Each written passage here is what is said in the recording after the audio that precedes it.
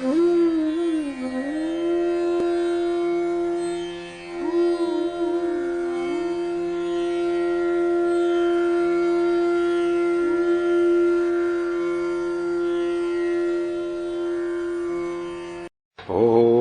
सहनाववतु सहनौ भुनक्तु सह वीर्यङ्करवावहै तेजस्विनावधीतमस्तु मा विद्विषावहै। ॐ शान्ति शान्ति शान्तिः। ॐ पूर्णमदः पूर्णमिदं पूर्णात् पूर्णमुदच्यते पूर्णस्य पूर्णमादाय पूर्णमेवावशिष्यते। ॐ शान्ति शान्ति शान्तिः। श्रुतिस्मृतिपुराणानाम् आलयं करुणालयं नमामि भगवत्पादं शङ्करं लोकशङ्करं शङ्करं शङ्कराचार्यं केशवं बादरायणं सूत्रभाष्यकृतौ वन्दे भगवन्तौ पुनः पुनः। ईश्वरो गुरुरात्मेति मूर्तिभेदविभागिने व्योमवद्व्याप्तदेहाय दक्षिणामूर्तये नमः। तो मधु ब्राह्मण नो पहली कंडिका वांचो।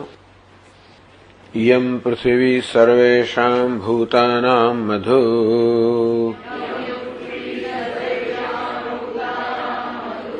अस्यै पृथिव्यै सर्वाणि भूतानि मधु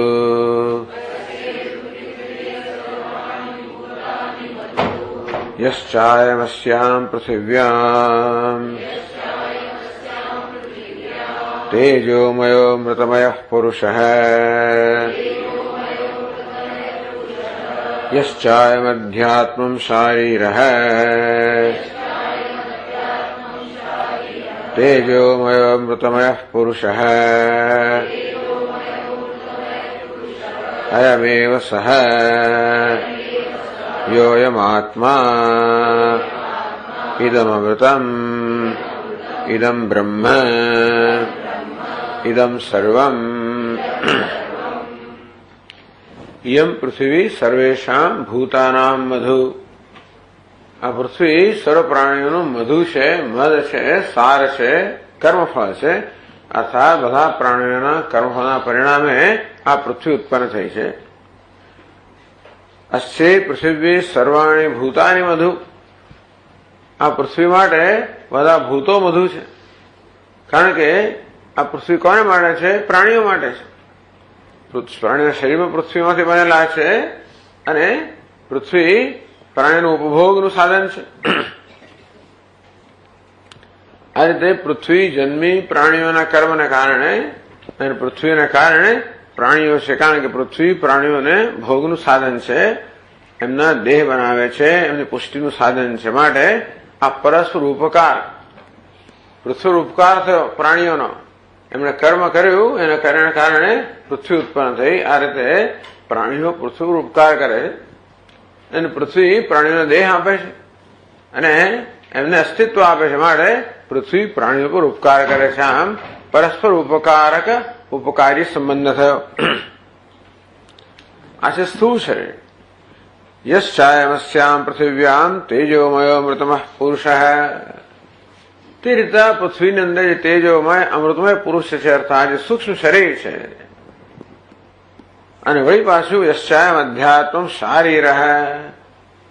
વ્યક્તિગત સ્તરે શરીરમાં રહેલો જે આ સૂક્ષ્મ શરીર છે, તેજોમય અમૃતમય પુરુષ. એ સૂક્ષ્મ શરીર પુરુષ કહેવામાં આવ્યું. ખરેખર પુરુષ તો આત્મા છે, ચૈતન્ય છે. પરંતુ સૂક્ષ્મ શરીરમાં ચૈતન્યનો આભાસ હોવાને કારણે એ પણ તેજોમય અમૃતમય હોય એ પ્રકારે વર્ણન કરવામાં આવ્યું. એ પણ ચકારાત એટલે અહીંયા ભાષ્યકારે લખ્યું નથી આની અંદર કે આ સૂક્ષ્મ શરીર પણ ઉપકારી ઉપકારક સંબંધ ધરાવતો હોય, પણ યશ્ચ આ ચકારાત ભાષ્યકાર કહે છે કે આ સૂક્ષ્મ શરીર જે છે એ તેજોમય અમૃતમય પુરુષ છે, એ પણ ઉપકારી ઉપકારક સંબંધ ધરાવે છે. આમ ચાર થયા, સમષ્ટિ અને વ્યષ્ટિ સ્થૂળ શરીર, સમષ્ટિ અને વ્યષ્ટિ સૂક્ષ્મ શરીર, આસળ વચ્ચે ઉપકાર્ય ઉપકારક સંબંધ છે. એટલે પ્રત્યેક બીજાનું ઉપકારક છે, પ્રત્યેક બીજા વડે ઉપકારી થાય છે. જેવી રીતે આ દેહની અંદર આ બધી ઇન્દ્રિયો છે અને આ બધી જ જ્ઞાનેન્દ્રિયો કર્મેન્દ્રિયો બધા જ આ મુખનો ઉપકારક છે. એ બધા પ્રયત્ન કરે ત્યારે આ મુખને એનું આહાર મળે. તો મુખ બધામાં ઉપકારક છે. એ આહારને ચાવીને પછી પચવા દ્વારા એ જ ઇન્દ્રિયો વળી પછી પોષણ મળતું હોય. આમ દેહની અંદર પણ ઉપકાર્ય ઉપકારક પ્રત્યેક અંગ દેહ પર ઉપકાર કરે છે, દેહની સેવા કરે છે.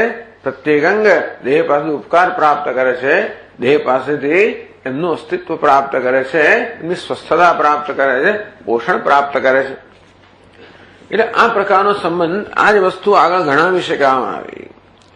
પછી ઇમા આપ સર્વેશામ ભૂતાનામ મધુ, આ જ વસ્તુ જળ માટે કહેવામાં આવી કે જળ પણ સર્વ પ્રાણીઓનું મધુ છે, પ્રાણીઓના કર્મફળનું પરિણામ છે.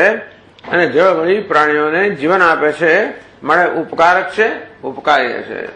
આ જળનું પણ સ્થૂળ શરીર છે, એનું સૂક્ષ્મ શરીર છે. તો જેમ સમષ્ટિ જળનું સ્થૂળ શરીર સૂક્ષ્મ શરીર, તેમ વ્યષ્ટિ સ્તરે પણ જળ અહીંયા રહેલું છે. કારણ કે આ દેહ પણ પંચમહાભૂતની ઉત્પત્તિ છે, માટે અહીં જે વ્યક્તિગત સ્તરે જળ સૂક્ષ્મ સ્થૂળ શરીર અને સૂક્ષ્મ શરીર આ ઉપકાર્ય ઉપકારક સંબંધ. એમ અગ્નિ માટે પણ એ જ છે. અયમ વાયુ, વાયુ માટે પણ એ છે. આમ આદિત્ય, આ સૂર્ય પણ આપણા કર્મના પરિણામે ઉત્પન્ન થયો. સૂર્ય આપણા ઉપકારક છે. તો આપણે એના પર ઉપકાર કર્યો, કર્મ કરીને એને જન્મ આપ્યો. એ ઉપકાર કરે છે, સતત પ્રકાશ અને શક્તિ આપીને આપણી સેવા કરે છે. આ પ્રકારે જગતની અંદર બધા જ તત્વો જગતની સેવા કરે છે, જગતની સેવા પ્રાપ્ત કરે છે. ઇમા દિશ, આ દિશાઓ, અયમ ચંદ્ર સર્વેશામ ભૂતાનામ મધુ, ઇયમ વિદ્યુત, આ જે વિદ્યુત છે એ પણ અયમ સ્તનયિત્નુ એટલે કે મેઘ, આ વાદળ જે છે એ પણ આવી રીતે ઉપકારી ઉપકારક. એમ આકાશ, અયમ ધર્મ, આ ધર્મ છે પ્રાણીનું મધ છે. અયમ ધર્મ કયો? ધર્મ કોઈ બીજાને વડે પ્રત્યક્ષ વસ્તુ નથી, અને છતાં પણ એને થનારા કાર્ય પ્રત્યક્ષ છે. આપણે સત્કર્મ કરીએ એટલે ધર્મ ઉત્પન્ન થાય, ધર્મ આપણને પુણ્ય થાય એટલે સુખ આપે. આ પ્રકારે ધર્મ આપણો ઉપકાર, આપણે ઉપકાર્ય છે, આપણા પર આપણો ઉપકારક છે. ઇદમ સત્યમ, સત્ય છે એ સત્ય વચન છે, ધર્મનું સાધન છે. ધર્મનું આચરણ કેમ કરવું? તો કે સત્ય વચન દ્વારા. આમ આપણે સત્ય વચન બોલીએ એટલે સત્ય પર ઉપકાર થયો, અને સત્ય આપણું રક્ષણ કરે ને આપણા પર ઉપકાર કરે. ધર્મો રક્ષતે રક્ષિત, ધર્મનું આચરણ દ્વારા આપણે રક્ષણ કરીએ એ આપણું રક્ષણ કરે. ઇદમ માનુષમ, આ માણસ જાત બધા પ્રાણીઓ મધુ છે, ઉપકાર્ય છે, ઉપકારક છે.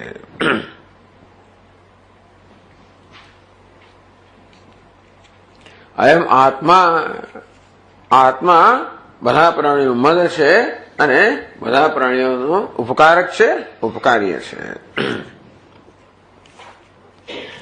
આત્મા દ્વારા સર્વાત્મા એવું કહેવામાં આવ્યું. આ રીતે 14 પર્યાયો કયા? ટૂંકમાં 14 એટલે બધું જ, આ તો પણ બહુ લાંબી યાદી આપી. જેથી જે કઈ વસ્તુઓ આપણા અનુભવમાં રોજબરોજના અનુભવ આવે છે બધાનો અહીંયા ઉલ્લેખ કરવામાં આવ્યો. એ સિવાય જે કઈ જગતની અંદર છે બધું જ આમાં સમાઈ ગયું. બધી જ વસ્તુ ઉપકાર્ય છે અને ઉપકારક છે. તો અહીં ભાષ્યકાર કહે છે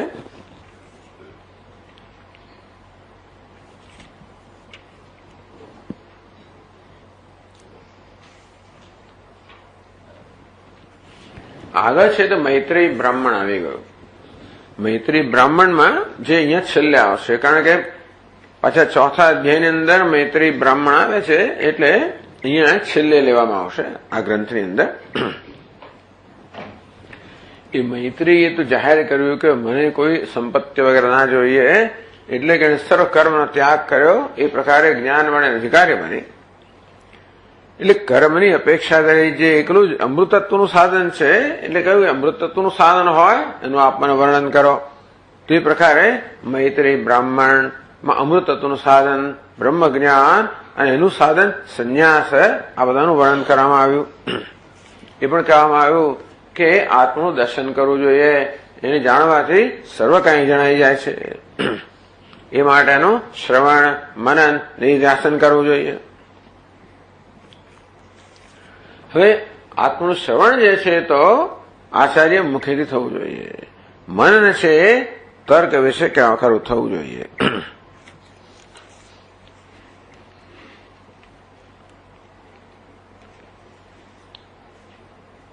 અને એ પણ કહેવામાં આવ્યું કે આત્માને જાણવાથી આ સર્વ જણાઈ જાય એટલે આત્મા સર્વનો આત્મા છે.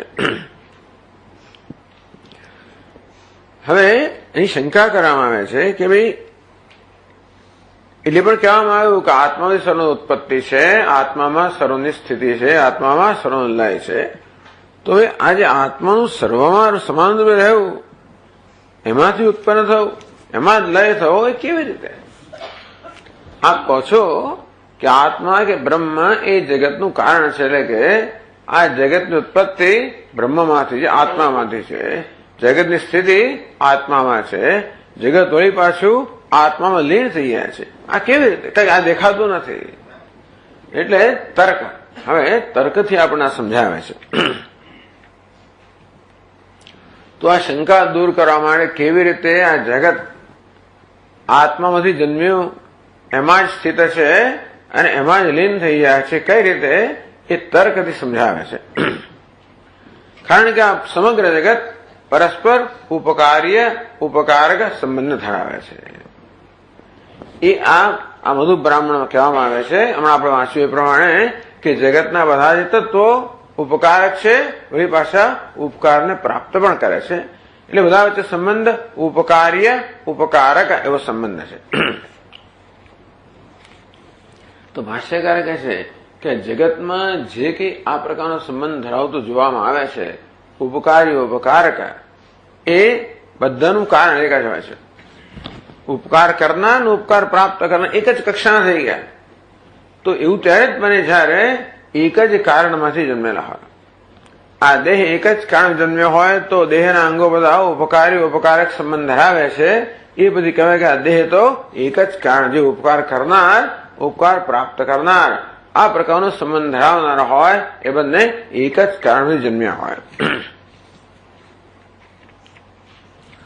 અને એક કારણથી જ એમની સ્થિતિ હોય, એક કારણ પાછા લીન થઈ જનારા હોય.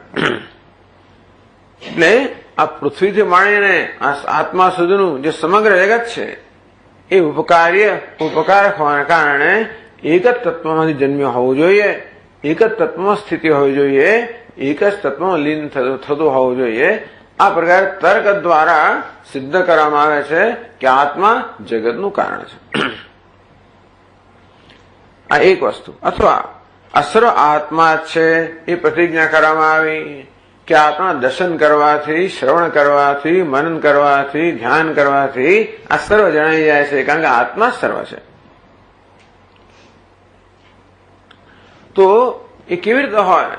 સર્વનું ઉત્પત્તિ આત્મામાંથી છે, સ્થિતિ આત્મામાં છે, લય આત્મામાં છે, એમ કહીને એ સિદ્ધ કરે છે કે આ સર્વ આત્મા છે. કારણ કે આ બધા અલંકારોની ઉત્પત્તિ સુવર્ણમાંથી હોય, સ્થિતિ સુવર્ણમાં હોય, લય સુવર્ણ, તો આ સર્વ અલંકારો સુવર્ણ જ છે. અને તે જગતની ઉત્પત્તિ સ્થિતિ અને લય આત્મામાંથી હોય તો આ સર્વ આત્મા છે. તો આગળ જે કહેવામાં આવ્યું કે સર્વ આત્મા છે એ માટે અહીંયા તર્ક આપવામાં આવે છે.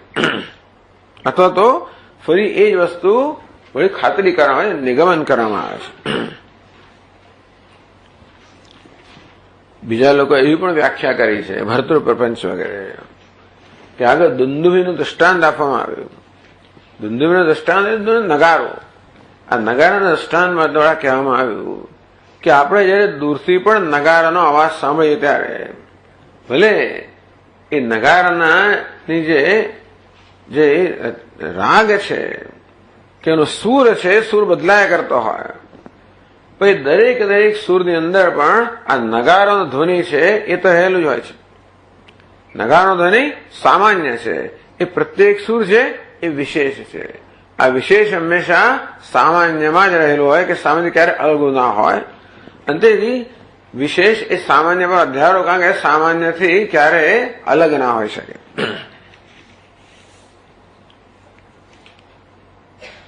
તો ભરતૃપંચ કહે છે કે ભાઈ એ શ્રવણ છે. અને પછી મધુ બ્રાહ્મણમાં જે વાક્ય છે મંતવ્ય, આ મનન છે, કારણ એ તર્ક આવ્યો ને ના, પછી મધુ બ્રાહ્મણ સુધી તર્ક, અને મધુ બ્રાહ્મણ જે છે ને નિધિધ્યાસન કહે છે. તો ત્યાં આગળ તે દુંદુભીનું દ્રષ્ટાંત, ત્યાં સુધી શ્રવણ, પછી મનન, અને હવે આ નિધિધ્યાસન જેવું ભરતૃ કે જે હોય તે ચાલો બંને રીતે. ટૂંકમાં હંમેશા આપણે અનુકૂળ તર્કથી મનન કરવું જોઈએ. શાસ્ત્રમાં જે વાક્ય કહ્યું છે એને સમજવાનું હોય, એને પડકારવાનું ના હોય. એને સમજવા માટે અનુકૂળ તર્ક દ્વારા મનન થવું જોઈએ. અંતેથી અને પછી એ પ્રકારે નિધિધ્યાસન થવું જોઈએ. એટલે આને તો મનન કહો તોય વાંધો નથી, નિધિધ્યાસન કહો તોય પણ વાંધો નથી. એટલે ભાષ્યકાર તો સ્પષ્ટ કહે છે કે અમારો તો એવો અભિપ્રાય છે કે શ્રવણ, મનન, નિધિધ્યાસનના પ્રકરણો જુદો વિભાગ કરો વ્યર્થ છે. બહુ સ્પષ્ટ કહે છે કે આ ત્રણ જુદા કમ્પાર્ટમેન્ટ કે નથી.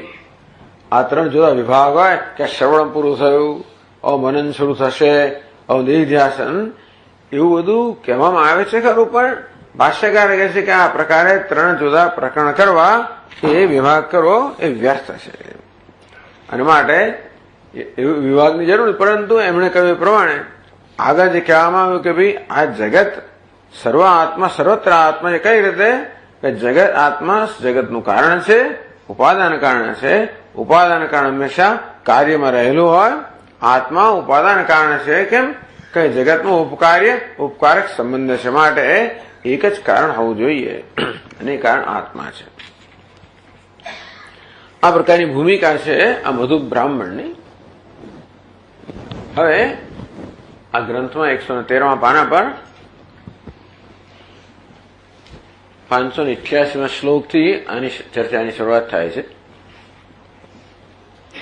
તો ટીકાકાર કહે છે, અથ બ્રહ્માત્મવિદ્યાયાઃ નિગમભૂતમ મધુ બ્રાહ્મણમ. બ્રહ્માત્મ નિગમભૂતમ. તો આ બ્રહ્માત્મ વિદ્યા એટલે બ્રહ્મ આત્મા છે. બ્રહ્માના આત્માના ઐક્યનું જે જ્ઞાન છે એ માટેનું આ શાસ્ત્ર છે. મધુ બ્રાહ્મણમ એકાદશભિ અવતારયન. મધુ બ્રાહ્મણની ચર્ચાનો પ્રારંભ કર્યા પહેલા 11 શ્લોકોમાં એની અવતરણિકા આપવામાં આવે છે. તત્ર સૂચયિષ્યમાણમ ઇદમ અનુમાનમ. તો મધુ બ્રાહ્મણમાં કયા પ્રકારના અનુમાનનું સૂચન થયેલું છે? જગત એક કાર્યમ પરસ્પરોપકારકત્વાત એકમાત્ર પુત્રવત. જગત એક કાર્યમ, આ સમય એક જ કાર્યમાં, એક જ કારણ, એક જ કાર્ય છે, એક જ કારણમાંથી ઉત્પન્ન થયું હોવું જોઈએ. કેમ ભાઈ? પરસ્પર ઉપકારકત્વ. કારણ કે આ જગતના બધા તત્વો એકબીજો ઉપકાર કરે છે. એના માટે આ બધાનું કંઈક એક જ બીજ હોવું જોઈએ, એક જ મૂળ હોવું જોઈએ.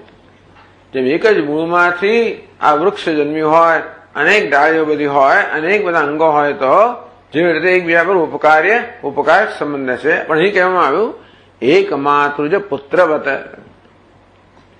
એક જ માતામાંથી જન્મેલા પુત્રો કે સંતાનો ઉપકારક હોય. ખાસ કરીને નાના હોય ત્યારે તો ખરા, મોટા થયા પછીની વાત જુદી છે, પણ નાના હોય બાળ બધા એવું હોય છે. પેલું મોટું નાની દરકાર કરતું હોય, નાનું પણ પોતાને કઈ ને કઈ રીતે પ્રેમ આપતું હોય, એટલે પેલાને કંઈક પ્રાપ્ત થતું જ હોય છે. મોટાને પણ આ નાનાની સેવા કરવા દ્વારા પણ એ નાનાનું પ્રેમ વગેરે પ્રાપ્ત થતું જ હોય છે.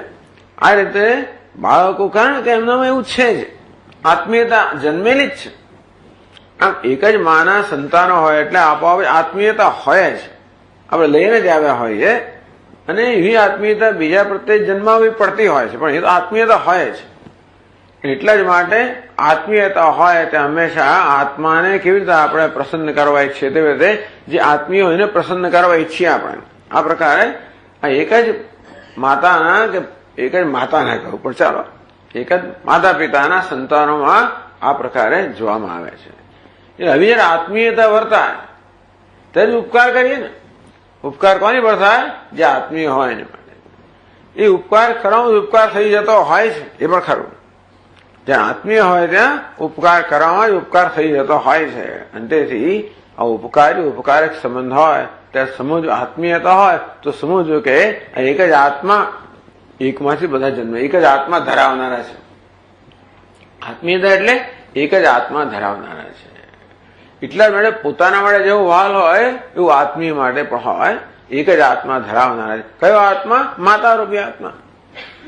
પછી ધીમે ધીમે એમનું વ્યક્તિત્વ ખીલે, એમના પોતાના સંસ્કારો જેમ જાગૃત થાય, તેમને વિશેષતાઓ બધી પ્રગટ થવા માંડે, અને પછી આત્મીયતા શક્ય છે કે ધીમે ઓછી થવા માંડે, એવું બને.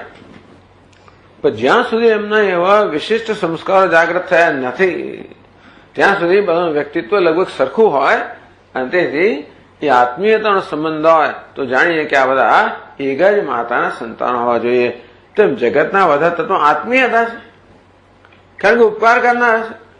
આમ આત્મીય હોય તો આપણે આપો જ પૂછ્યા વગર જ ઉપકાર કરીએ. તમે જોઈએ છે કે કોઈ પ્રકારના કારણ વગર બધા તત્વો એકબીજા પર ઉપકાર કરનારા છે, એ દ્વારા જ ઉપકાર પ્રાપ્ત કરનારા છે. એનો અર્થ એ થયો કે જગતના બધા તત્વો એક જ માતાના સંતાન હોવા જોઈએ. માતા કહે કારણ કે ઉપાદાન કારણ છે, એટલે કહ્યું એક માત્ર જે પુત્રવત, તો એક જ માતા જે ઉપાદાન કારણ છે એનું જ લોહી છે આમાં બધામાં. તેથી જગત પણ એક જ માતાનું સંતાન છે, એક જ કારણમાંથી આવ્યું છે. એટલે કહે છે કે જગત એક કાર્યમ, એક જ કાર્ય એટલે એક જ કારણમાંથી જન્મેલું છે. આ પ્રકારનો તર્ક આ મધુ બ્રાહ્મણમાં આપવામાં આવ્યો. તત્ર વ્યાવર્તનીય ભેદમ ઔપાધિકમ દર્શયતી, એટલે કે અભેદ રહેલો છે. એક જ આત્મા બધામાં છે માટે બધામાં અભેદ રહેલો છે. તો કઈ વસ્તુ છે જે ભેદ જન્માવનારી હોય છે? માત્ર ઉપાધિ. એક જ આત્મા છે, માત્ર ઉપાધિ છે એ ભેદ જન્માવે છે. એ ઉપાધિ જે છે એનો બાદ કરવામાં આવે. વ્યાવર્તીયમ ભેદમ ઔપાધિકમ દર્શયતી, આ ભેદ છે માત્ર ઉપાધિને કારણે જન્મેલો છે, એના માટે એની વ્યાવૃત્તિ કરવાની, એનો બાદ કરવાનો છે. એટલે કહે છે 588 શ્લોકમાં એકસ્મિન હિ યથાકાશે ધૂમ વિદ્યુત ઘના ઘના ભેદમ નાનાવિધમ કુર્યુઃ તદ્વદાત્મનિ જંતવઃ.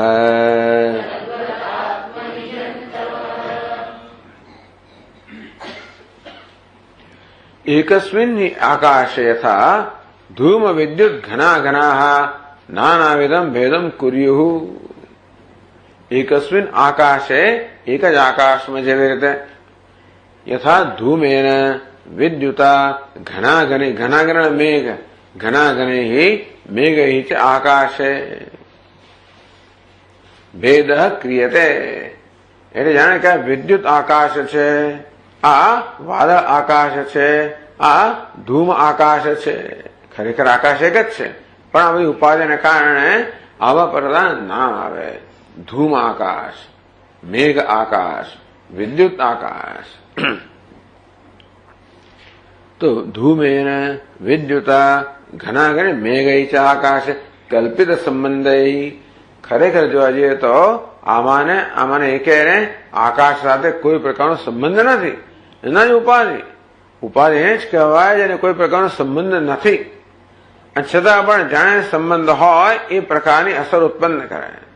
જેવી રીતે સ્ફટિકની બાજુમાં પેલું જાસૂદ હોય, કોઈ સંબંધ નથી, છતાં એક સ્ફટિક પાસે લાલ ફૂલ હોય, બીજા બધા પીળું ફૂલ હોય, તો એકને લાલ દેખાડે, બીજાને પીળું દેખાડે વગેરે. તો કોઈ પ્રકારના સંબંધ વગર અસર ઉત્પન્ન કરનારું હોય, પોતાના ધર્મથી પ્રભાવ પાડનારું હોય, એમ ઉપાધિ. એટલે આ વિદ્યુત કહો કે મેઘ કહો કે ધૂમ કહો, એને આકાશ સાથે કોઈ સંબંધ નથી, છતાં કલ્પિત સંબંધ. આપણે જેને એમ કહીએ કે મેઘાકાશ કે વિદ્યુત આકાશ કે ધૂમ આકાશ, ત્યારે આપણે પોતે એક સંબંધની કલ્પના કરતા હોઈએ છીએ.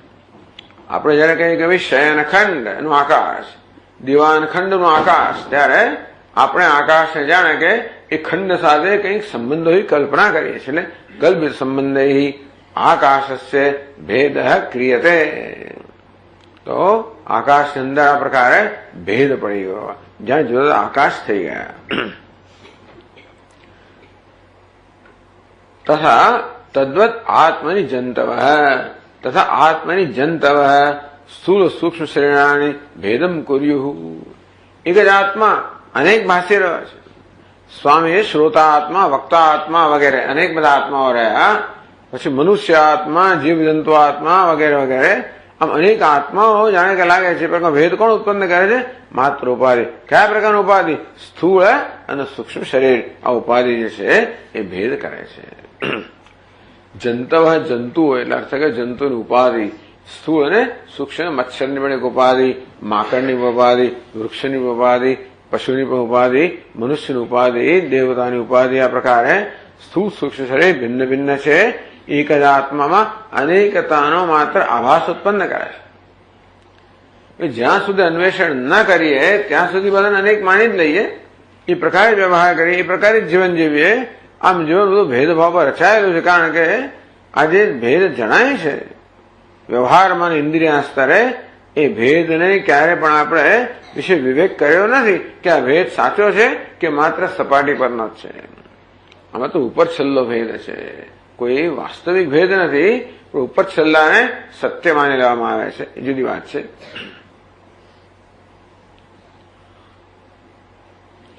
પછી કહે છે દૃષ્ટાંતે ધૂમાદીનામ આકાશોપાદાનકત્વ અભાવેપી દાષ્ટાંતે. કે તો કે ભાઈ દૃષ્ટાંત અને દાષ્ટાંત જરા જુદું જુદું છે. તદ્વત આકાશમાં જેમ ભેદ છે તેવી રીતે આત્મામાં ભેદ છે. પરંતુ આકાશનો આ ધુમાડા વિદ્યુત મેઘ સંબંધ છે, એના કરતા આત્માનો આ સ્થૂળ સૂક્ષ્મ ઉપાધિ. અહીં ઉપાધિ કઈ છે? સ્થૂળ શરીર અને સૂક્ષ્મ શરીર. તો આત્માની ઉપાધિ, ત્યાં આકાશની ઉપાધિ છે મેઘ, વિદ્યુત, ધૂમ. પછી આગળ ટીકાકર કહે છે કે જો ભાઈ આકાશનો આ મેઘ વગેરે સાથે સંબંધ છે, એના કરતા આત્માનો આ ઉપાધિ સાથે જુદા પ્રકારનો સંબંધ છે. આ સ્થૂળ સૂક્ષ્મ શરીર છે આત્માથી જન્મેલા છે. જયારે ભલે ધુમાડો વગેરે આકાશમાં જન્મ્યું ના હોય, એટલે કહે છે કે આમ તો છે, પણ છતાં ધૂમાદિનામ આકાશોપાદાનકત્વ અભાવેપી.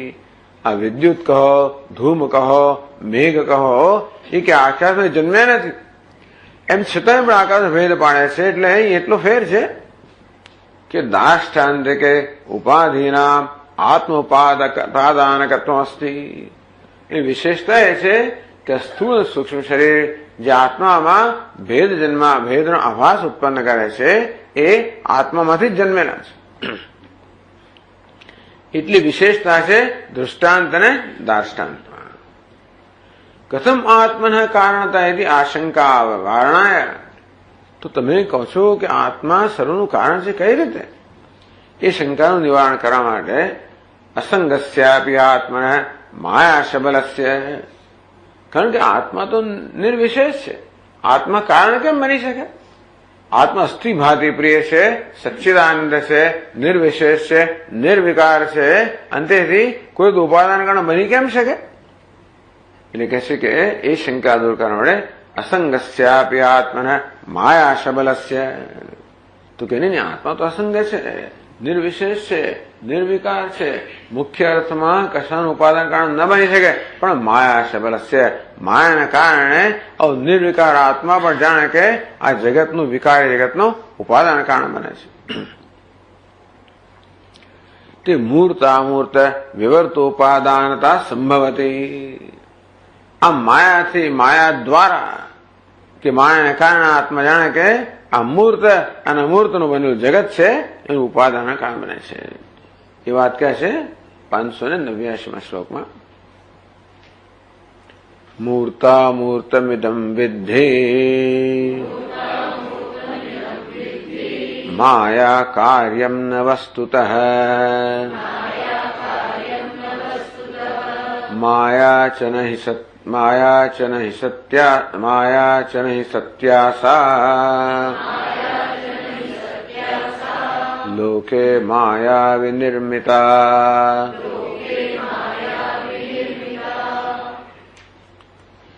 એટલે અહીંયા કહે છે કે જો આ બધો કઈ વાસ્તવિક ભેદ જન્માવતો નથી.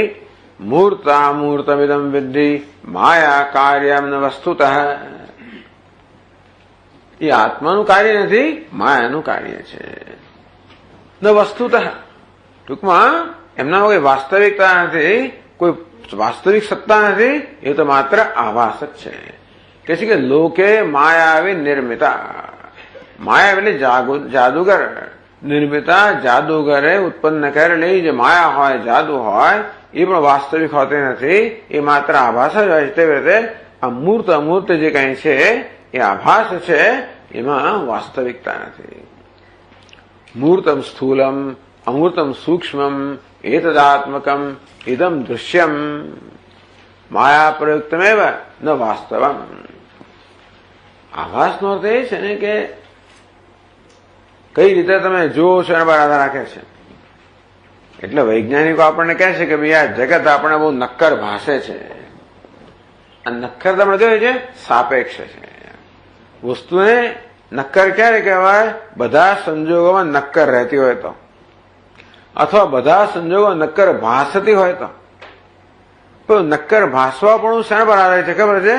વાસ્તવમાં એ તો સાક્ષી પર કે દ્રષ્ટા પર આધારિત છે. અત્યારે આપણે જોનારા છે ને એ પરથી કેવું દેખાય છે નક્કી થાય છે. આ જોનારો બદલાઈ જાય તો જે દેખાય પણ બદલાઈ જાય. આ જોનારો ધારો કે મને કોઈ એવા મોટા વિમાનમાં કે એવા કંઈક આકાશયાનમાં મૂકવામાં આવે જે અત્યંત ગતિમાન હોય,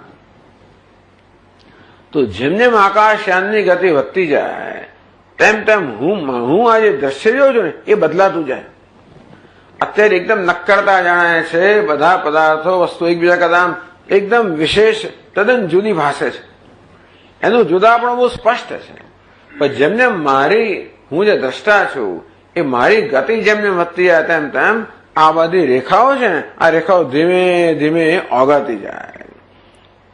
અને મારી ગતિ જો પ્રકાશની ગતિ બની જાય તો કોઈ પ્રકારના ભેદ રહે જ નહીં. આ બધું ઓગળી જ જાય એવું છે. એટલે આ સાપેક્ષ કેમ કહેવામાં આવ્યું? આ જગત સાપેક્ષ કેમ છે?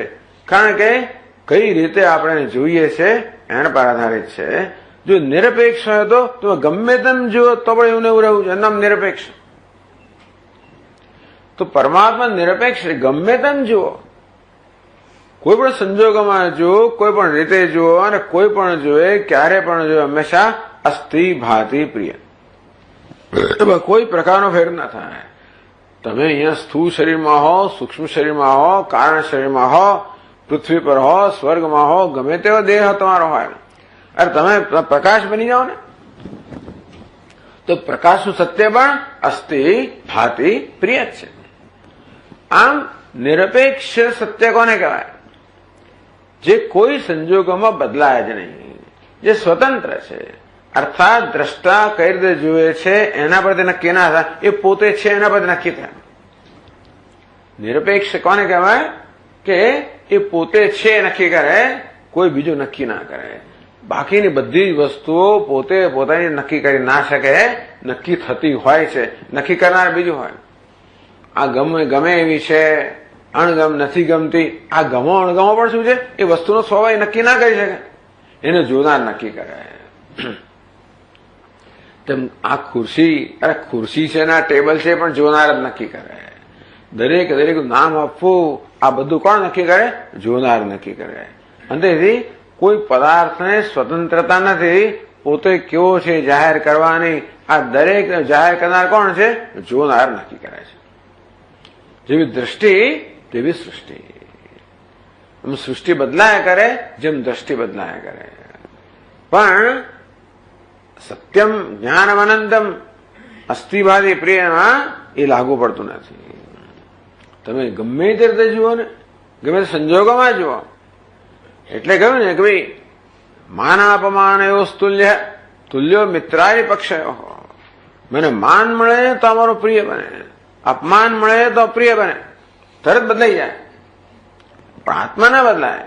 માનાપમાન એવો તુલ્ય. માન હોય તોય સચ્ચિદાનંદ, અપમાન હોય તોય સચ્ચિદાનંદ. તુલ્યો મિત્રાય પક્ષ. મિત્ર હોય તો એક, શત્રુ હોય તો વળે બીજો. પણ મિત્ર હોય કે શત્રુ હોય જેમાં ફેરફાર ના થાય. આ તો બહુ મોટી વસ્તુ છે.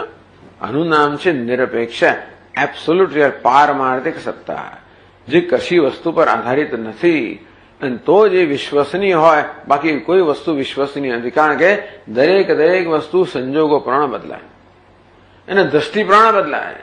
એક જ વસ્તુ વિશ્વસનીય જે ક્યારેય પોતાના સ્વમાં પરિવર્તન ના લાવે એ છે અસ્થિ ભાતિ પ્રિય. એટલા માટે જીવન બહુ મહત્વનું છે આ જાણવું. આપણા સ્વામીજી કહે છે કે મનુષ્ય જન્મ્યો ત્યારથી આ વિશ્વસનીયની શોધમાં છે. Human being is looking for the infallible, જે ક્યારે આપણને નિરાશ ના કરે, જ્યારે જે હંમેશા વફાદાર હોય, જે વિશ્વસનીય હોય, એની શોધમાં છે મનુષ્ય. દુનિયામાં કોઈ વસ્તુ એવી નથી. કહ્યું છે માયા કાર્યમિદમ સર્વમ, એટલે કહેવામાં આવ્યું કે આ બધું માયા કાર્ય છે. માયા કોને કહેવાય? જે સાપેક્ષ છે. કઈ દ્રષ્ટિએ જુઓ છો એ પરથી નક્કી થાય. કયા ખૂણેથી જુઓ છો, આ ટેબલ તમે કયા ખૂણેથી જુઓ પર નક્કી થાય. નીચે જુદો એક પ્રકાર કયા એમ દ્રષ્ટિબિંદુ કયું છે ને. અને તે રીતે એક જ વસ્તુ છે જેને કોઈ દ્રષ્ટિબિંદુ પર આધારિત નથી. ગમે ત્યાંથી જુઓ અસ્થિભાદી પર એનું એ જ છે. અને તેથી એ જ વસ્તુ વિશ્વસનીય કેમ છે? દરેક સંજોગોમાં, દરેક સ્થળમાં, દરેક વસ્તુમાં એ હંમેશા એમની એમ જ હોય. આ માયાની ચર્ચાનો હેતુ એ છે. શંકરાચાર્ય માયાવાદી નથી, એ તો બ્રહ્મવાદી છે. પણ માયાની વાત કેમ ચર્ચા કરવામાં આવી કે જુઓ ભાઈ દુનિયા તપાસો તમે. આપણે ક્યારે પણ શાંતિથી બેસીને વિચાર કર્યો નથી કે જેની સાથે આખું જીવન વિતાવીએ છીએ આપણે, એનો સ્વભાવ કેવો છે. અને તો સતત પરિવર્તનશીલ છે. એટલું જ નહીં, પરંતુ શું છે ને કેવું છે એનો આધાર પણ જોનાર પણ છે, એના પોતાના પર નથી. એમ હોવાના કારણે કહ્યું કે માયા મૂર્તામૂર્તમિદમ વિદ્ધિ માયા કાર્યમ. આ બધું કેવું છે? માયાનું કાર્ય છે. માયા પ્રયુક્તમ અતએવ ન વાસ્તવમ ઇતિ. તેથી ન વસ્તુતઃ એટલે ન વાસ્તવમ. એમાં વાસ્તવિકતા નથી, એમાં કોઈ તથ્ય નથી, એમાં કોઈ સાર નથી. એટલે તમે એનું અન્વેષણ કરો તો છેવટે એમાં કશું રહે જ નહીં. પેલું જેવી રીતે આપણું કેળાનું છે ને કદલી ફલમ, આ કેળાનું થળ એવું હોય છે, અથવા પેલું કાંદા વાગે એવા ખોલતા જાઓ કશું રહે જ નહીં અંદર છેવટે. ખાસ કરીને કેળાનું થળ તો બહુ આપણને એકદમ નક્કર જણાતું હોય, ખોલતા જાઓ કશું પોલમ પોલો જ અંદર. તેમાં દુનિયા પણ નક્કર જણાય છે, ખોલતા જાઓ પોલમ પોલ જ નીકળે, કશું નથી નીકળે નહીં. એમાં કઈ સાચું ખોટું કશું નથી, આવું છે. એટલે એને માટે ખોટું છે ને ખરાબ છે એવું નથી, આ પ્રકારે છે. આ માયા કે મિથ્યા કહીને જગતનો કશાનો તિરસ્કાર કરવાનો માત્ર શું છે જ કહે છે આપણને. મિથ્યા શબ્દ વાપરેલા આપણે એમ કહે છે આ વેદાંતી લોકો આ જગતનો તિરસ્કાર કરે છે. માયા શબ્દથી એવું છે જ નહીં. માયા પણ તમે માયા જાણતો ખેલ છે. ટૂંકમાં જાદુગર જે કરી રહ્યો છે એને માયા જાદુ ન જાણતા હો તો ફસાવ જુદી વાત છે. એને જાદુ જાણતા હો તો પછી એનો ખેલ તમે માણી શકો. તે જાદુનો ખેલ છે. આ પરમાત્માની જાદુનો ખેલ છે. એની એથી વધારે મહત્વ ના આપો તો જ માણી શકો. જો જરાય મહત્વ આપ્યું તો પછી એને તકલીફ થઈ જાય. ગઈકાલે એને 100 રૂપિયાની નોટ બતાવી, આજે 1000ની બતાવી. આ એવું કેમ કર્યું, આમ કેમ ના કર્યું? એટલે માયામાં શું તે શું, કોઈ પ્રશ્ન જ ના હોય. આમ કેમ ના, એવું ના હોય તો જ તમે એ માયાનો ખેલ માણી શકો. સિનેમામાં પણ 1000 કરતા વાંધા વચકા પાડીએ કે આમ કેમ કરું, આમ કેમ ના કરું, આમ કેમ બોલ્યું, આમ કેમ વગાડ્યું. જે લોકો આવી જાતના ક્રિટિક લોકો હોય બધા, એ લોકો બિચારા સિનેમાનો આનંદ શું માણતા હશે ભગવાન જાણે. પણ કોઈ પ્રકારનો પ્રશ્ન ના હોય, જે વસ્તુ જેવી છે તે પ્રકારે જ આપણે જોઈએ, એની કોઈ ટીકા નિંદા કર્યા વગર તો આપણે માણી શકીએ. બાકી એમાં અપેક્ષા આવી કે આમ કેમ ના કર્યું, ગઈ વખતે તો આવું હતું અને આ અત્યારે કેમ નથી, વગેરે વગેરે અપેક્ષાઓ ભરી અંદર, એટલે વસ્તુ ગઈ. આ માયા કહેવાનો હેતુ એ જ છે કે કોઈ પ્રકારની અપેક્ષા રાખવી જ નહીં. વસ્તુ જે પ્રકારે છે એ પ્રકારે જુઓ અને આનંદ લો, તો જ તમે માયા છે નક્કી થયું. બાકી વસ્તુ આપણને શોક જન્મ આવે એનો સત્ય જ થઈ ગઈ. કશી વસ્તુ આપણામાં કોઈ પ્રકારનો પ્રભાવ પાડ્યો એનો અર્થ એ થયો કે સત્ય બની ગઈ. એટલે ટૂંકમાં આ બધું માયા અને મિથ્યા દ્વારા જગત સાથે કયા પ્રકારનો સંબંધ હોવો જોઈએ, કેવી દ્રષ્ટિ હોવી જોઈએ, આ બધું કહે છે આપણને. એમાં ઉપેક્ષાનો નથી ને કે કોઈ જાતની તિરસ્કારની દ્રષ્ટિ નથી, કોઈ અણગાવાની દ્રષ્ટિ નથી, માત્ર ઉપેક્ષા નથી, કોઈ અપેક્ષા નથી, કોઈ રાગ દ્વેષ નથી, અપેક્ષા નથી. આ માયા પાસે કોઈ અપેક્ષા રાખવી એ જ દુઃખનું કારણ છે કે જે વસ્તુ વિશ્વસનીય જ નથી, અપેક્ષા શું રાખવાના હતા. અને માટે એટલે કહે છે કે ઇદમ દૃશ્યમ માયા પ્રયુક્તમ ન વાસ્તવમ. હવે માયા પોતે જ મિથ્યા છે. માયાયા સવિલાસાયા મિથ્યાત્વમ લોકે પ્રસિદ્ધમ. આ માયા એટલે જાદુ, માયા એટલે જાદુ. તો જાદુ અને જાદુની બધી રચના તો મિથ્યા છે, બધા જાણે છે. આ માયા એ દ્રષ્ટાંત જ છે. આ માયા શબ્દ છે ને ખરેખર તો દ્રષ્ટાંત છે. માયાનો અર્થ થાય જાદુ. આ જાદુ દ્રષ્ટાંત છે. એટલે કે છે કે માયા સવિલાસાયા, આ અનેક પ્રકારની વિલાસવાળી માયા જે અનેક પ્રકારના કાર્યો ઉત્પન્ન કરે એ મિથ્યા છે, એ બધા જાણે છે. પેલો છાપાના ટુકડામાંથી 1000 રૂપિયા નોટ બતાવે, મિથ્યા છે, જાણે છે બધા. અંતેથી પણ તમે તો એ ખેલનો આનંદ માણજો, કેવી એની રચના છે. જો છાપામાંથી 1000 રૂપિયા નોટ બતાવે છે એ તો એનો એની જે કરામત છે, કરામતનો આનંદ માણી શકો. ભલે ને તમે 1000 રૂપિયા નોટની સત્યતા ના આપો, પણ કરામત તો માણી શકો ને. જે કઈ કરતો હોય ખરો, એની હાથ ચાલાકી ગમે તે કરતો હોય, ક્યાંયથી લાવતો હોય, પણ એ ચાલાકી માણી શકો તમે, જો કોઈ અપેક્ષા ના હોય તો. એટલે એ સાથે સાથે એ જે બતાવ્યા મિથ્યા છે એ પ્રસિદ્ધ છે. એટલે માયાનું દ્રષ્ટાંત એટલા પણ આપવામાં આવે છે કે જાદુગરની રચના છે એ મિથ્યા છે. મિથ્યા કોને કહેવાય એનું આપણને જ્ઞાન છે. હજી સ્વપ્ન માટે બધી બહુ ચર્ચાઓ છે. સ્વપ્ન મિથ્યા છે કે નહીં એ બધાનો અભિપ્રાય સરખો નથી. વેદાંત તો પુરવાર કરે છે કે સ્વપ્ન મિથ્યા છે, પણ કેટલાક લોકો ભાઈ સ્વપ્નમાં એવા ઉતરા છે એ સાચું માને છે એવું માને. પણ આને માટે કોઈ જાતની તકલીફ નથી. આ જાદુગરનો જાદુ છે એ મિથ્યા છે, એ સર્વ સ્વીકાર્ય છે. લોકે બી પ્રસિદ્ધમ, ગમે તે ભણેલું કે અભણ બધા જાણે છે. એટલે એવું દ્રષ્ટાંત આપવું જોઈએ જે સર્વસંમત હોય.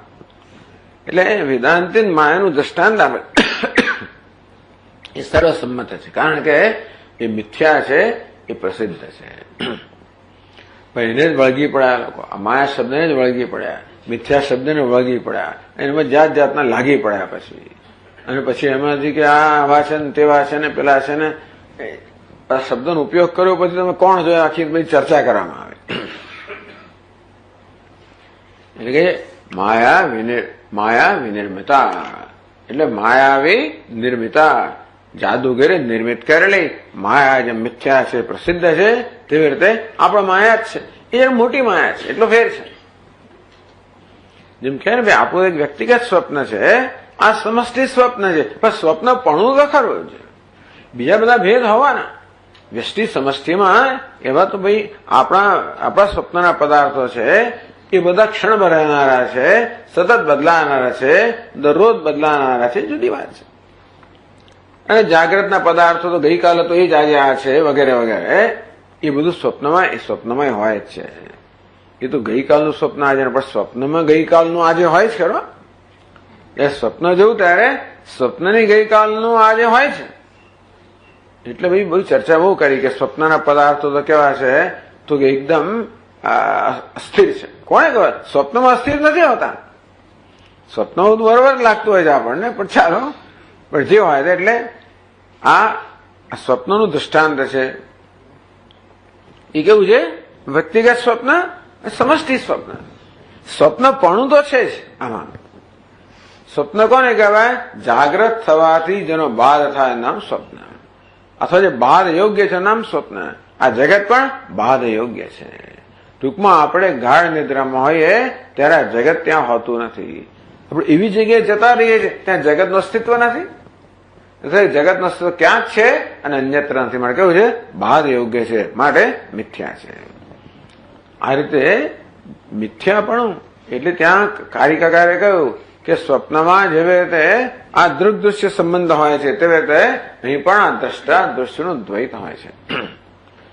અંતિથી સ્વપ્ન મિથ્યા છે તો દ્રષ્ટા દૃશ્ય દ્વૈત મિથ્યા છે. એવું દ્વૈત જ્યાં હોય એ પણ મિથ્યા છે. એમ કહીને જાગ્રત અવસ્થાનો કોઈ પ્રકારનો અનાદર નથી. એની સાથે કેમ કામ પાર પાડવું, બસ એટલું જ. ટૂંકમાં પેલી દ્રાક્ષ બધું હોય છે ને અહીંયા આગળ, જે તો એની જરૂર નથી, પણ ટૂંકમાં એ વસ્તુઓ મિથ્યા છે જાણીએ એટલે ખબર પડે કેમ વ્યવહાર કરો. બીજું કઈ નથી એમાં. એ દ્રાક્ષો કોઈ તિરસ્કાર નથી, સરસ દેખાય છે. સાચી દ્રાક્ષ કરતા પેલી સાચી દેખાય, વધારે સારી દેખાય ઘણી વાર. પરંતુ એ મિથ્યા હોવાને કારણે એના પ્રત્યે કેવી દ્રષ્ટિ હોવી જોઈએ, કેમ વ્યવહાર થવો જોઈએ, એ જાણવા માટે આપણને કહેવામાં આવે. હવે લોકે માયાવી નિર્મિતા એટલે કહેવામાં આવ્યું કે કેવી રીતે જગત આપણા રોજ વ્યવહારમાં જાદુગરે નિર્માણ કરેલી માયા છે એ મિથ્યા છે, એ પછીના શ્લોકમાં સમજાવે છે. ચતુર્થ પાદાર્થમ વિશદયતી. તો કેવી રીતે આ માયાવે નિર્મિત કરેલું કેવું રીતે મિથ્યા છે કે છે 590માં શ્લોકમાં. મૂર્તા મૂર્તમ યથા લોકે ઇન્દ્રજાલમ પ્રતીયતે ઇન્દ્રજાલમ તથૈવૈતત ઇન્દ્રેણૈવ વિનિર્મિતમ.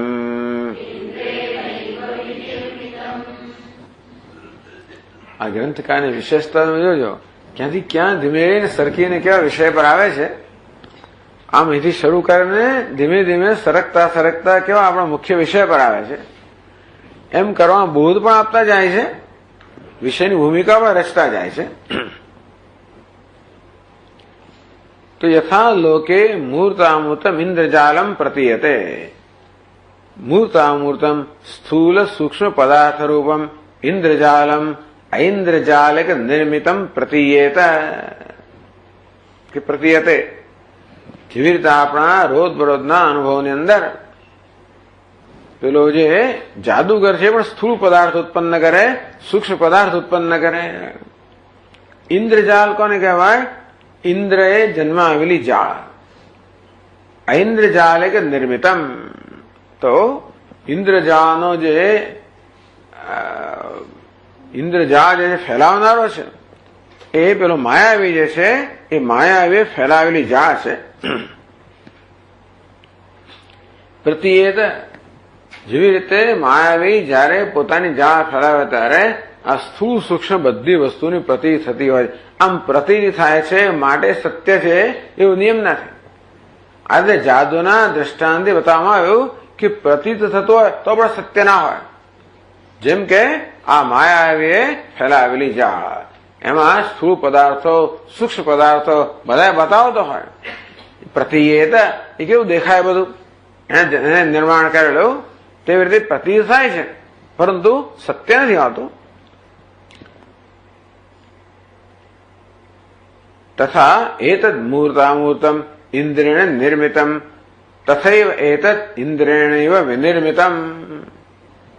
આ એટલે શું?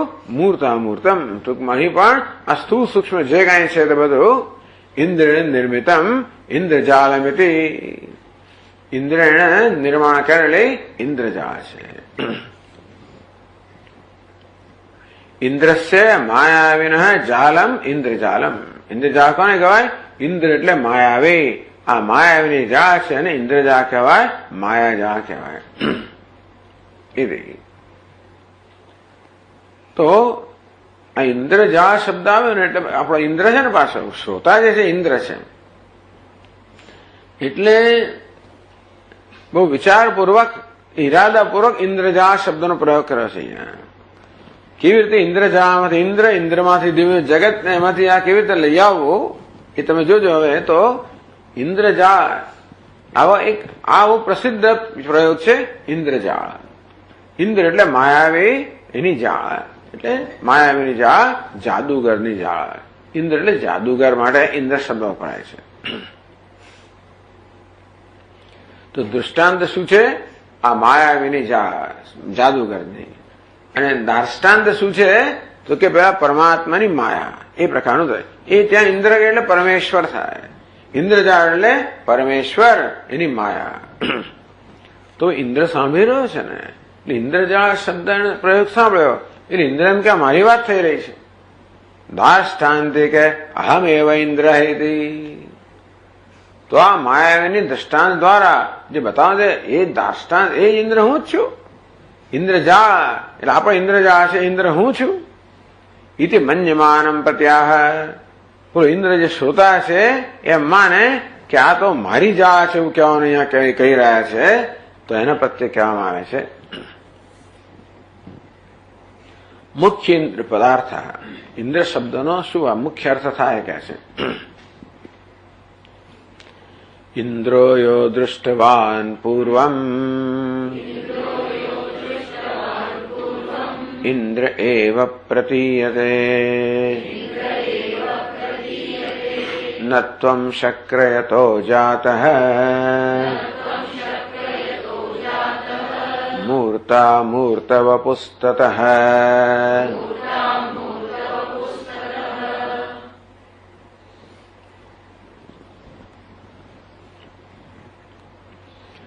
તો ઇન્દ્રની વ્યાખ્યા કરે છે યો દૃષ્ટવાન પૂર્વમ ઇન્દ્ર. ઇન્દ્ર યો દૃષ્ટવાન. આ ઇતરે ઉપનિષદમાં આવે છે.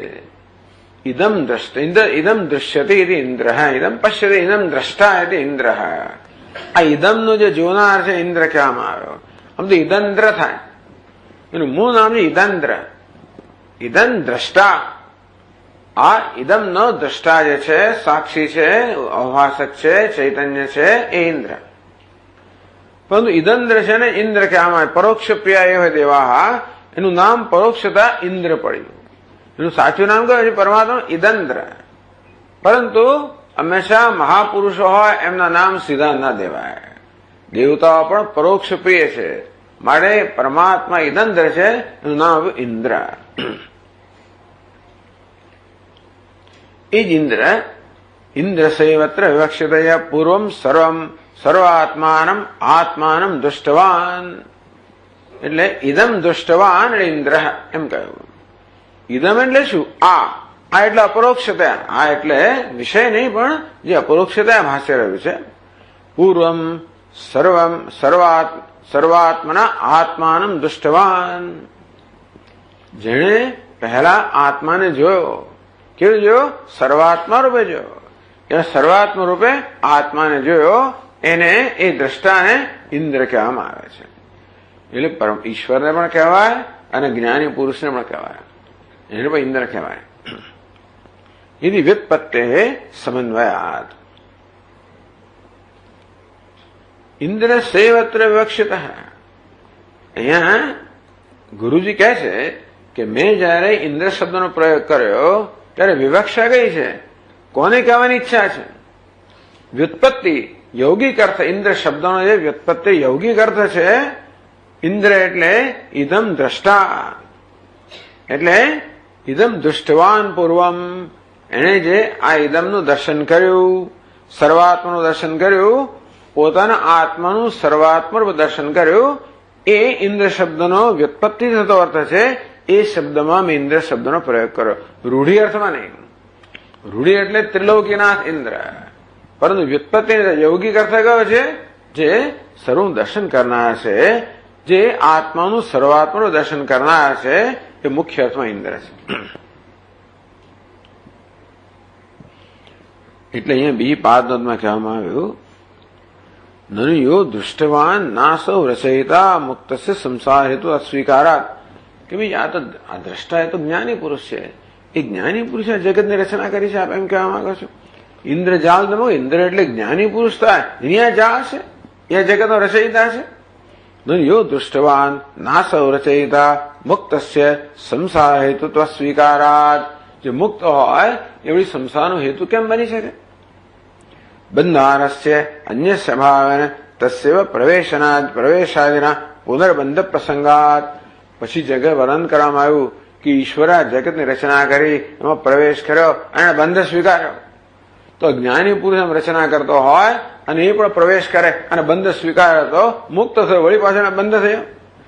એટલે પુનર્બંધ પ્રસંગાત. એટલે કે ભાઈ આ દ્રષ્ટા છે, કેમ રચયિતા હોય શકે?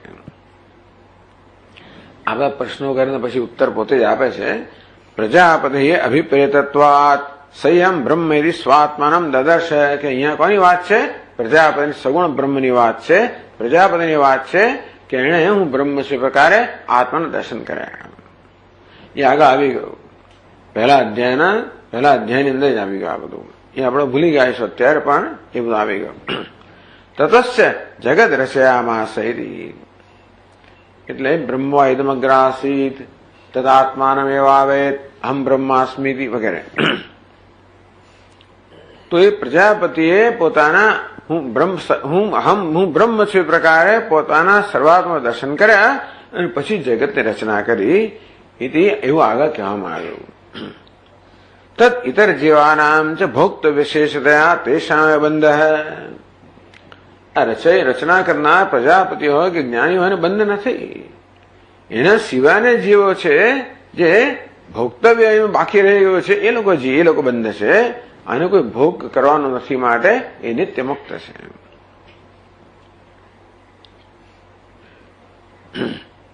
જીવૈક્યેદુ સંદર્ભસ્ય અર્થવાદાદિતયા ઉપત્તિ. એક જીવવાદની અંદર અર્થવાદ ગણવાનો, અનેક જીવવાદમાં બદ્ધ જીવ અને મુક્ત જીવ એ પ્રમાણે ગણવાનો. ચાલો, એટલે વળી પાછા આપણે ટીકામાં આવીએ તો હવે આ ઇન્દ્ર શબ્દ છે ને એ ઈદી પરમેશ્વરીય, ઈદ ધાતુનો પરમૈશ્વર્ય એ અર્થ થતો હોય છે. એટલે કે છે પરમૈશ્વર્ય વાચકત્વે બી ઇન્દ્રપદસ્ય બ્રહ્માત્મદેવ સમન્વયથી. જો ઇન્દ્ર શબ્દનો બીજો અર્થ કરીએ, ઇન્દ્ર શબ્દનો શાસ્ત્રમાં અર્થ કરવામાં આવ્યો, જે વ્યુત્પત્તિ તો ના કહેવાય ખરેખર, તો એ તો નિરુક્ત અર્થ કહેવામાં આવ્યો. ઇન્દ્ર એટલે ઇદમ દ્ર એમ કરીને ઇદંદ્ર ઇન્દ્ર એમ કહેવામાં આવ્યું. પણ ખરેખર ઇન્દ્ર શબ્દ ઈદ ધાતુમાંથી બનેલો રચેલો છે. પરમ ઐશ્વર્ય એટલે પરમ ઐશ્વર્ય ધરાવનાર ઇન્દ્ર કહેવાય. પરમ ઐશ્વર્ય વાચકત્વે બી ઇન્દ્રપદસ્ય બ્રહ્માત્મદેવ સમન્વય.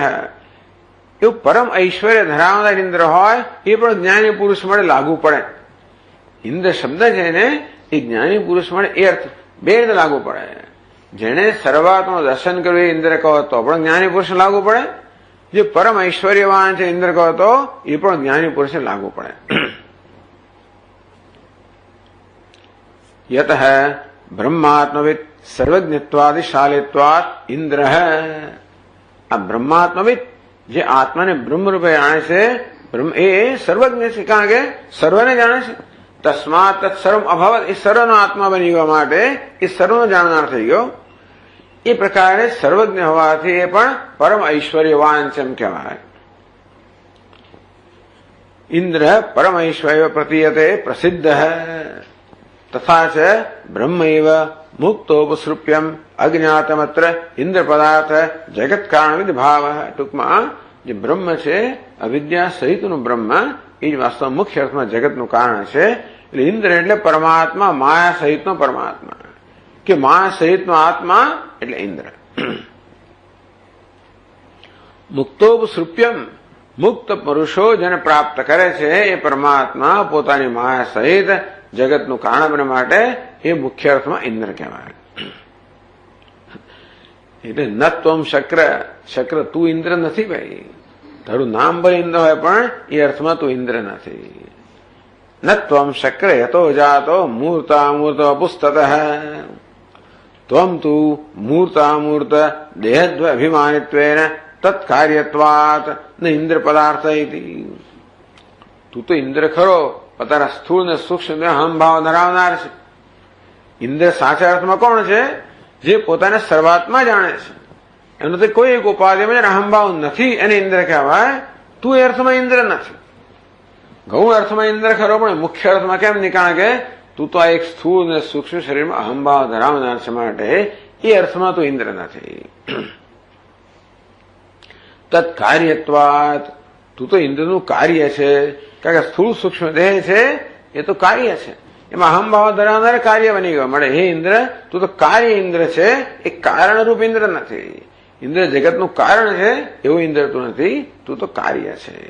એટલે ન ત્વમ શક્ર, હે શક્ર હે ઇન્દ્ર ત્વમ ઇન્દ્રો ન ભવસી, તું ઇન્દ્ર નથી. કેમ? યત જાતો મૂર્તામૂર્ત અપુસ્તત. યત મૂર્તામૂર્ત શરીતાત્માધ્યાસ જાત તતો જાત તત્કાર્યવશ ઇત્યર્થ. એટલે એમાંથી જન્મેલો છે. તું તો મૂર્તામૂર્ત શરીરના તાદાત્મ અધ્યાસમાં જન્મ્યો છે, એનું કાર્ય છે. માટે તું મુખ્ય, તું તો કાર્ય છે, કારણ નથી. માટે મુખ્ય અર્થમાં તો ઇન્દ્ર નથી. કથમ તો હિમાં ઇન્દ્રત્વ પ્રસિદ્ધિ. તો ઇન્દ્ર પૂછે કે લોકો બધા મને ઇન્દ્ર કહે છે, તમે કહ્યું ઇન્દ્ર નથી? તો મને ઇન્દ્ર લોકો કહે છે, હું ઇન્દ્ર મારી જાણું છું કઈ રીતે? એ પણ સમજાવતા હા એનો ઉત્તર આપે છે.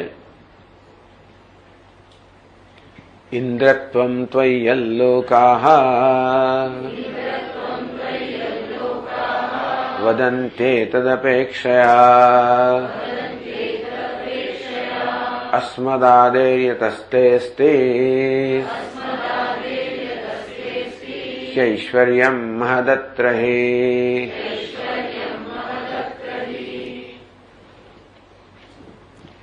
ઇન્દ્રત્વમ તો યત લોકાઃ વદંતિ યત ત્વયી ઇન્દ્રત્વમ લોકાઃ મન્યન્તે. તું ઇન્દ્ર છે એમ જે માણસો માને છે એ કેવી રીતે? કે ઇતિ પરમૈશ્વર, કારણ કે એનામાં પણ ઐશ્વર્ય છે એટલા માટે. તો એ કહે છે કે અસ્મદાદે અપેક્ષયા, એ તો અમારા જેવાની અપેક્ષાએ તને ઇન્દ્ર કહેવામાં. ઇન્દ્ર એટલે ઐશ્વર્યવાન. એ ઇન્દ્ર તને લોકો એમ ઇન્દ્ર કહે છે અમારા જેવાની અપેક્ષાએ તું ઐશ્વર્યવાન છે. માટે અસ્મદાદે અપકૃષ્ટ ઐશ્વર્ય અપેક્ષયા, અમે અત્યંત અલ્પ ઐશ્વર્ય ધરાવનારા છે, એની તુલનાની અંદર તું મહાન ઐશ્વર્ય ધરાવે છે. માટે અસ્મદાદિભ્ય મહદ ઐશ્વર્યમસ્તિ, અમારી તુલનામાં તારામાં મહાન ઐશ્વર્ય છે. માટે એ અર્થમાં તને ઇન્દ્ર કહે છે. બાકી તું કોઈ મુખ્ય અર્થમાં ઇન્દ્ર નથી. ઇન્દ્ર એટલે દ્રષ્ટા, જ્ઞાતા. જ્ઞાની પુરુષને કહો કે પ્રજાપતિને કહો કે પછી ઈશ્વરને કહો, માયા શબલ બ્રહ્મને ઇન્દ્ર કહેવાય. કારણ કે એ સર્વજ્ઞ છે, જગતનું સર્જન કરનાર છે, ઇન્દ્રજા ફેલાવનાર છે. એ દ્રષ્ટિએ ખરેખર તો માયા શબલ બ્રહ્મ જ મુખ્ય અર્થમાં ઇન્દ્ર છે.